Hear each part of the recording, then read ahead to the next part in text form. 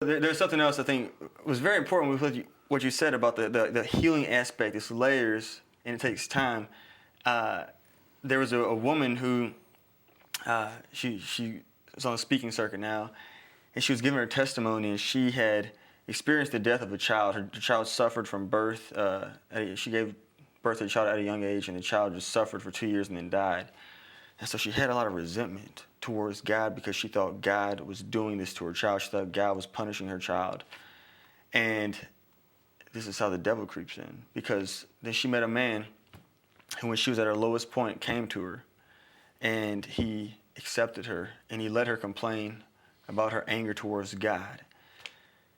And then he invited her to a party. This party he invited her to was a satanic party. It was a black mass.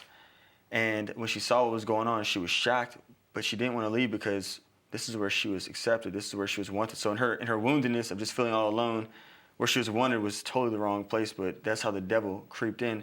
And then she ended up getting involved in the satanic rituals, and she ended up becoming a witch. But when I say that, I'm sure some of our viewers at home are going to think like, what? Like, a witch is really real. But the truth is, like, Satan is real, and so are people who worship Satan and give into witchcraft, correct? Correct. And as the story goes on, she ended up finding healing because she went to a mass, and because her friend wanted to go to mass. This is how the Lord works. So the Lord, he desires her so much that he drew her back to the church through her friend who needed to ride to church. She went to the church, and she began to do some of her witchcraft in the mass. And the priest realized something was going on, some kind of spiritual warfare. So he was calling on Christ all the more, battling her back and forth almost. And then when he finally bumped into her, he saw something was in her eyes, and he cast out the demon. But she said it took her over a year of deliverance, of exorcism, for her finally to be set free. And so it was a long, long process. But that's just like the process is, even if we take this outside the context of deliverance from like hardcore manifestations of evil spirits, in the process of healing in general, it's going to be a long, sometimes lifelong process, and it's going to hurt sometimes and be painful, but there's hope because Christ's healing power is there, right? Christ is always a source of hope. And as you were talking, I was thinking how long it takes for plaque to grow on teeth and for teeth to turn yellow. Mm-hmm. And many times it's decades.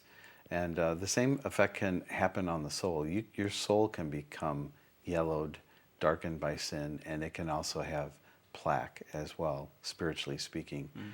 And the natural tendency, especially in our culture, is get rid of it right away. I got a headache, I want to take something, I want it to be gone in 10 minutes. But the normal course of healing is progressive, as you say, and it happens over a period of time. And there's a reason and a purpose for that, because during that time, if we're surrendering ourselves to Christ and we're really looking to Him to be our teacher, there is a formation process, I should say a reformation process that's going on. Just as it took time for that person to degenerate to that point, it also takes time in the normal course of things, although God can supersede that and have it happen instantaneously, but that's not the normal course. Right. The normal course is to have that reformation take over a period of time.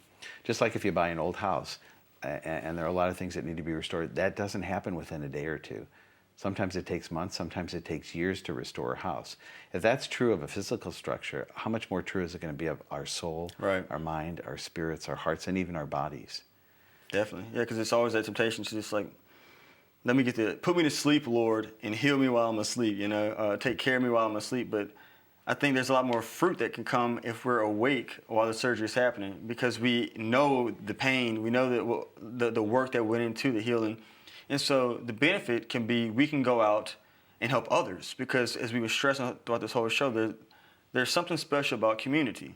Whether you're a Catholic, Protestant, whatever, like, we're all God's children, and there's something special about coming together in community, building up each other and bringing each other closer to Christ, right? Exactly. That same Easter hope that comes from the resurrection is the Easter hope that Jesus calls us each to carry, so that no matter where we find ourselves, that we can always extend that hope to one another. And one of the greatest benefits of coming back from a place of darkness and brokenness and sin, especially if it's over a period of time, is to be that much more compassionate with our brothers and sisters who are struggling, because we know where they are, because we were there, and we know how long it takes to get where we want to be.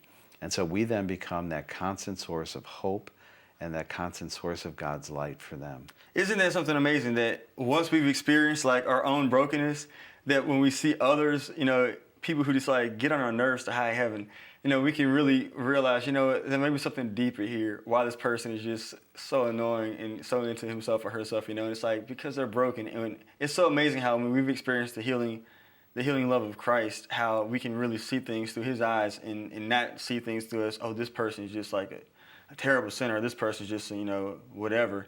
But this person is really a broken individual.